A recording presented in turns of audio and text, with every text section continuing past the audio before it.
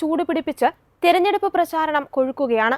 അങ്കത്തട്ടിൽ ആവേശം ആർത്തിരുമ്പുമ്പോൾ ഈ തിരഞ്ഞെടുപ്പിൽ ക്രൈസ്തവർ അറിഞ്ഞിരിക്കേണ്ടതും മറക്കാൻ പാടില്ലാത്തതുമായ ചില വിഷയങ്ങളുണ്ട്. വ്യൂ പോയിന്റ് ചർച്ച ചെയ്യുന്നു തെരഞ്ഞെടുപ്പ് രാഷ്ട്രീയവും ക്രൈസ്തവരുടെ അവഗണിക്കപ്പെട്ട ആവശ്യങ്ങളും. 1199 തദ്ദേശ സ്ഥാപനങ്ങളിലെ 23,576 വാർഡുകളിലേക്ക് ലക്ഷക്കണക്കിന് സ്ഥാനാർത്ഥികൾ ഈ തിരഞ്ഞെടുപ്പിൽ ജനവിധി തേടുന്നു. ഡിസംബർ 9, 11 തീയതികളിലാണ് ത്രിതല തിരഞ്ഞെടുപ്പ്. ഡിസംബർ 13 ഫലപ്രഖ്യാപനവും. പ്രകടന പത്രികകളും വാഗ്ദാനങ്ങളുമായി സ്ഥാനാർത്ഥികൾ നിരത്തിലിറങ്ങിയതോടെ ഇനി പൊതുജനത്തിന്റെ ഊഴമാണ്. ഈ അവസരത്തിൽ ആനുകാലിക പ്രസക്തിയുള്ള ക്രൈസ്തവരും തിരഞ്ഞെടുപ്പ് രാഷ്ട്രീയവും എന്ന വിഷയത്തിൽ സിറോ മലബാർ സഭ കഴിഞ്ഞ ദിവസം ഒരു ഫേസ്ബുക്ക് പോസ്റ്റ് പങ്കുവയ്ക്കുകയുണ്ടായി.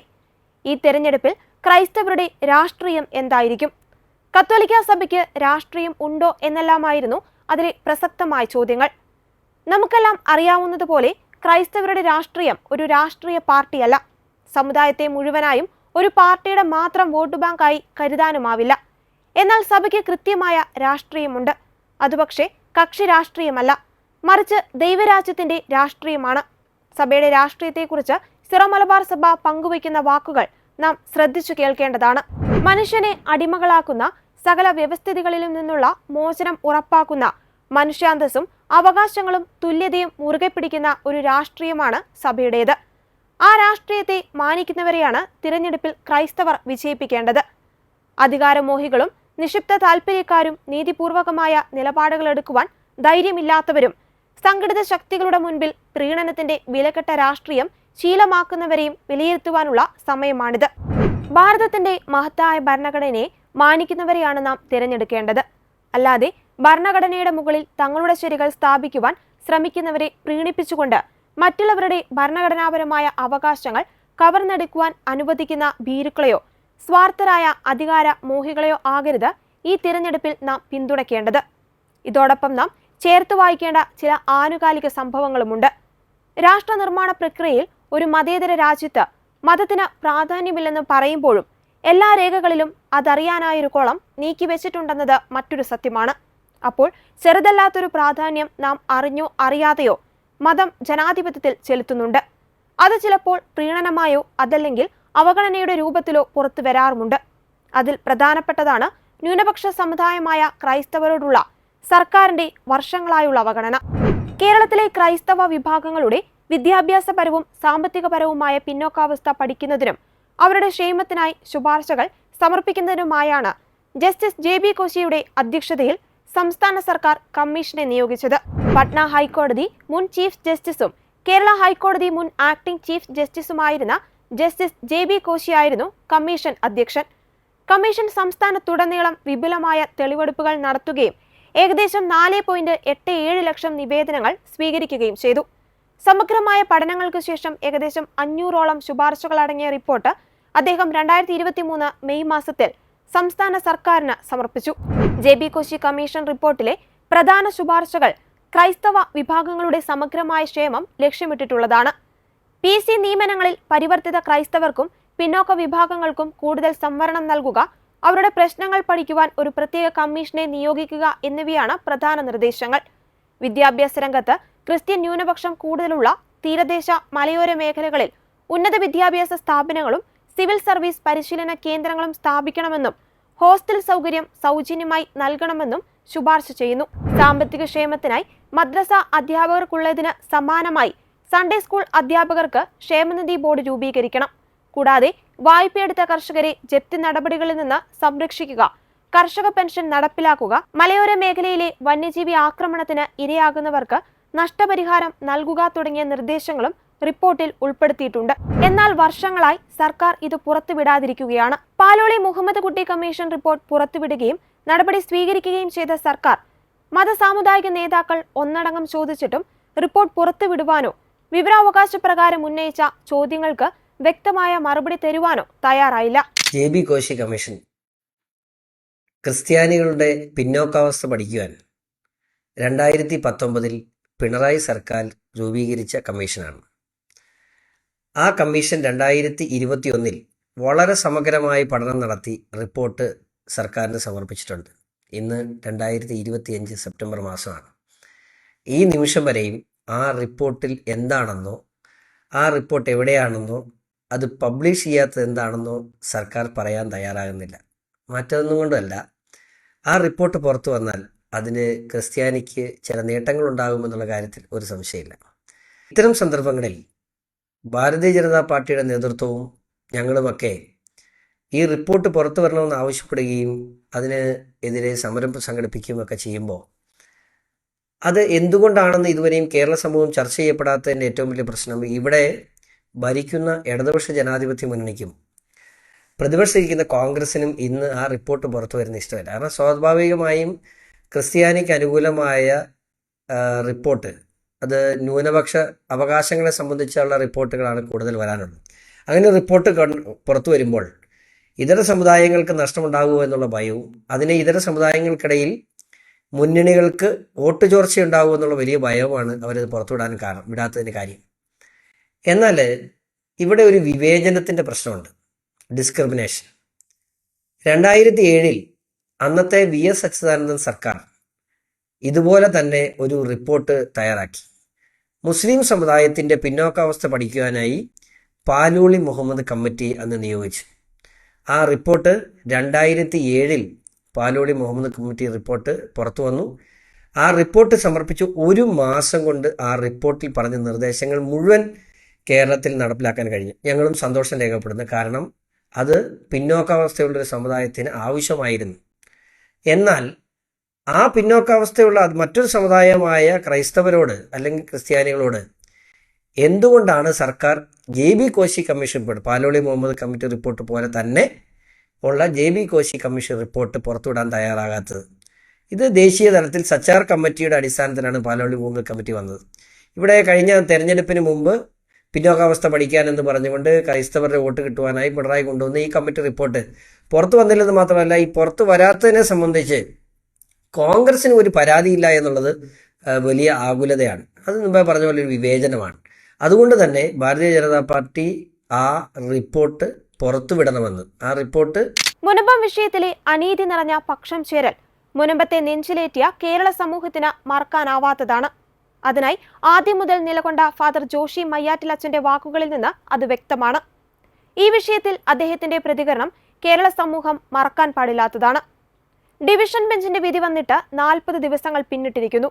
സമഗ്രമായ അന്വേഷണമോ സർവേയോ പഴുതടച്ച നടപടിക്രമമോ സമഗ്രമായ റിപ്പോർട്ടോ ഗസറ്റിൽ പ്രസിദ്ധീകരിച്ച ഔദ്യോഗികമായ വിജ്ഞാപന രേഖയോ മുനമ്പത്തിന്റെ കാര്യത്തിൽ വഖഫ് ബോർഡിന്റെ ഭാഗത്തുനിന്ന് ഉണ്ടായിട്ടില്ല എന്നും വഖഫ് ബോർഡിന്റെ 20/5/2019 ചട്ടവിരുദ്ധമായ കൽപ്പന അനുസരിക്കുവാൻ റവന്യൂ വകുപ്പിന് ഒരു ബാധ്യതയും ഇല്ല എന്നുമുള്ള ഹൈക്കോടതിയുടെ വ്യക്തമായ നിരീക്ഷണത്തിന് ഇടയാക്കിയത് സർക്കാർ തന്നെ നൽകിയ സത്യവാങ്മൂലമാണ് എന്നതാണ് വാസ്തവം. എന്നാൽ റവന്യൂ വകുപ്പിന് സംഭവിച്ച തെറ്റു തിരുത്തുവാനും കഴിഞ്ഞ 4 വർഷങ്ങളായി മുനമ്പങ്കാർ അനുഭവിക്കുന്ന അനീതിപരമായ റവന്യൂ തടങ്കലിന് അന്ത്യം വരുത്തുവാനും ലഭിച്ച ഈ സുവർണാവസരം വിനിയോഗിക്കുവാൻ പിണറായി സർക്കാർ തയ്യാറായില്ല. മറിച്ച് സർക്കാർ തന്ത്രപൂർവ്വം പാലിച്ച നിസ്സംഗതയിലൂടെ വഖഫ് ബോർഡിനെയും വഖഫ് സംരക്ഷണ വേദിക്കാരെയും അവരുടെ പിന്നിലെ തീവ്രവാദികളെയും സുഖിപ്പിച്ച് സുപ്രീം കോടതിയിൽ അപ്പീലിന് പോകുവാൻ വഴിയൊരുക്കുകയാണ് ചെയ്തത്. ഈ സാധ്യത മുന്നിൽ കണ്ട് സുപ്രീം കോടതിയിൽ കവയാറ്റ് ഫയൽ ചെയ്യുവാൻ ആഗ്രഹിച്ച മുനമ്പം ഭൂസംരക്ഷണ സമിതിയിലെ നേതാക്കളെ അത് എതിരാളികളെ പ്രകോപിപ്പിക്കും എന്ന കഥയില്ലാത്ത ഉപദേശം നൽകി പിന്തിരിപ്പിച്ചത് സാക്ഷാൽ നിയമമന്ത്രി ശ്രീ P. രാജീവ് തന്നെയായിരുന്നു എന്ന് തിരിച്ചറിയുമ്പോഴാണ് സർക്കാരിന്റെ ചതി കൂടുതൽ വെളിവാകുന്നത്. ഇപ്പോൾ വഖഫ് സംരക്ഷണ വേദി സുപ്രീം കോടതിയിൽ അപ്പീൽ കൊടുത്തപ്പോൾ അതിനെതിരെ തടസ്സ ഹർജി നൽകുവാനും ഇതേ സർക്കാർ തന്നെ മുന്നിട്ടിറങ്ങി എന്നതാണ് മറ്റൊരു തമാശ. ഇരയോടൊപ്പം ഓടുകയും വേട്ടക്കാരനൊപ്പം പിന്തുടരുകയും ചെയ്യുന്ന അളിഞ്ഞ തന്ത്രമെന്നാണ് ഫാദർ ജോഷി മയ്യാറ്റിൽ ഇതിനെ വിശേഷിപ്പിച്ചത്. നിഷ്കളങ്കരായ കുറെ മത്സ്യത്തൊഴിലാളികളുടെ അല്ലെങ്കിൽ കടലോര നിവാസികളുടെ കണ്ണുനീർ തുടച്ചുകൊണ്ട് കഴിഞ്ഞ ഒക്ടോബർ 10 ഹൈക്കോടതിയുടെ ഡിവിഷൻ ബെഞ്ച് ഈ ഭൂമി വഖഫ് അല്ല എന്ന് പ്രഖ്യാപിച്ചു. കളി കഴിഞ്ഞു, ട്രോഫി കിട്ടണം. സെമി കഴിഞ്ഞു, ഫൈനലും കഴിഞ്ഞ് ട്രോഫിക്ക് വേണ്ടി നമ്മൾ കാത്തിരിക്കുകയാണ്. ഇതിനകത്ത് നമ്മൾ ചിന്തിക്കേണ്ട ഒരു കാര്യം, വഖഫ് അല്ലാത്തൊരു ഭൂമി കുതന്ത്രം കൊണ്ട് നേടിയെടുക്കാൻ 2008 തുടങ്ങി വഖഫ് ശ്രമിച്ചുകൊണ്ടിരിക്കുകയാണ്. 2008 16 കൊല്ലമായി വഖഫ് ഈ ഭൂമി തട്ടിയെടുക്കാനായിട്ട് ശ്രമിച്ചുകൊണ്ടിരിക്കുന്നത്. എന്നാൽ അതിനെല്ലാം വിരാമമിട്ടുകൊണ്ട് ശക്തമായി 2 ദൈവദൂതന്മാരെ പോലെ 2 ജഡ്ജിമാർ ഇതെല്ലാം കൃത്യമായി പഠിച്ചുകൊണ്ട് അവർ വിധി പ്രഖ്യാപിച്ചു.